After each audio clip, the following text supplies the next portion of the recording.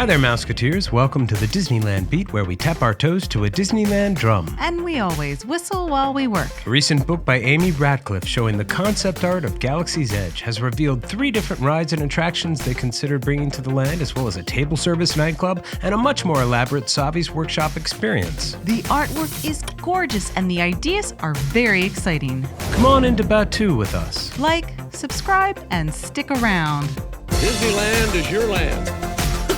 Come seek an adventure into your pirates, eh? Make the jump to life.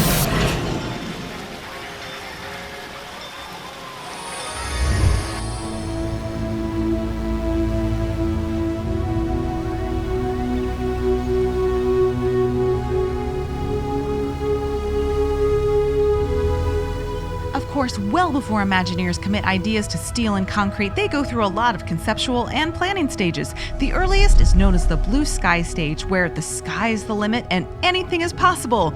Ideas can flow freely before getting focused and approached from a practicality and technology standpoint. Many of these ideas are from that stage. The Imagineers thought big for Galaxy's Edge, with several more shops, restaurants, and attractions than were actually built. And the scale of those buildings were bigger, with multiple levels and almost everything. And they had considered at least 3 more big attractions to join Smuggler's Run and Rise of the Resistance. One of those attractions was a speeder bike race, which was set to run through Blackspire Outpost through the surrounding areas. It was a story of escape, where the riders, aka guests, would be resistance fighters running from the First Order in a high-speed chase. It looks like it might have worked as a massive screen-based attraction and perhaps Batuu's answer to Flight of Passage, only with speeder bikes. Another attraction that was considered, and who knows, might be again after the popularity of The Mandalorian, was a Bounty Hunter Experience attraction. I wouldn't be surprised if this one was in development right now. The ride is described as a bounty hunter chase ride that would fulfill all of our desires to be a bounty hunter who is being chased down by the authorities. I'm not sure that exact scenario is actually a desire I knew I needed to be fulfilled, but we do trust the Imagineers to make an exciting ride. The concept art looks to have a Mandalorian type feel, maybe Boba Fett or Mando with a new Hunter 101 ship that looks pretty cool. Those attractions look like they were pretty early concepts without a lot of supporting development, but another concept looks like it made it down the planning road a lot further, and that is the creature encounters of Blackspire Outpost, the stables, and the massive rideable animatronic beast, Ely. This one seems like it would be incredible to visit an alien zoo and see the local animals. After all, we are visiting a new planet. It would be cool to see some of the animals native to it. They had an idea for a large multi-leveled stable area watched over by a gamekeeper that would have dozens of animals in it. A classic Disneyland walkthrough. The Imagineers described it as an attraction unto itself, and it would be located where Blackspire Station is today. The stables were huge wooden structures with elevated boardwalks, paddocks, and cages. It featured lots of different animals, from tiny creatures to humongous ones. They planned for there to be wampas and even a bridge over a rancor pit. Sounds absolutely epic. And then there was also Ele, a giant animatronic beast who was meant to be roaming the street of Galaxy's Edge, interacting with and even offering rides to guests. Imagineers loved the idea of a big lumbering animal roaming through the land that would offer really intimate moments and personal connections with guests. Imagineers had even planned a path for her around the Resistance Forest, circling around in front of the speeder garage. But traffic concerns and of course budget issues kept the fun-looking beast from becoming a reality. We think it's too bad. It looks like a great idea to us. She looks really sweet. It is nice the name of Ely was kept alive for a Galaxy's Edge-inspired children's book. There were lots of ideas for Batuu's eateries that never came to be. For instance, Oga's Cantina had a different proprietor for quite a while. The idea was for there to be a huge aquatic tank in the middle of the bar with the owner living and swimming inside the tank, running the bar.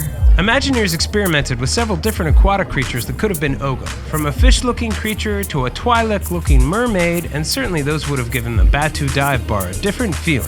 And they also planned to have a table service spot right next door called the Kalikori Club, which was designed as a Twi'lek nightclub with a working name of the Spice Den. The idea was that it was a converted bathhouse that catered to the internationally wealthy hiding out in this often forgotten sector of the galaxy.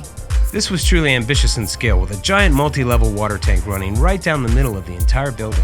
From the top floor, it would look like kelp was in the tank, but as you descended down to the lower floor, you would see it was actually a giant alien sea creature swimming around elegantly.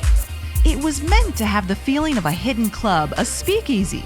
The lower level of the Spice Den looked to have a long ring-like circular hallway with lots of private, intimate spaces that went around an open, spacious lounge. There would be live entertainment provided by alien bands and graceful Twi'lek dancers. One of the dancers was the proprietor of the place. Many of the merchant shops had more elaborate experiences as well. Early sketches of the Droid Depot showed a huge foundry section with liquid metal being poured into molds. Others showed a large smelting machine in the center of the shop. The shop itself was conceived of in many different ways, some with holograms, others with the owner of the shop, Mubo, in the center calling the shots, or another with larger droids helping you put together your very own R2 or BB unit. And early sketches include something we wish was still there, testing areas where you could go and play with your completed and purchased droids. There were some pretty cool ideas.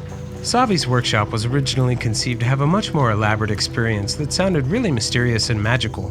One concept included a magical cave where the Kyber Saber crystals were embedded in the walls. As you walked among the black cascades and pools, you would pluck your crystal from the wall itself.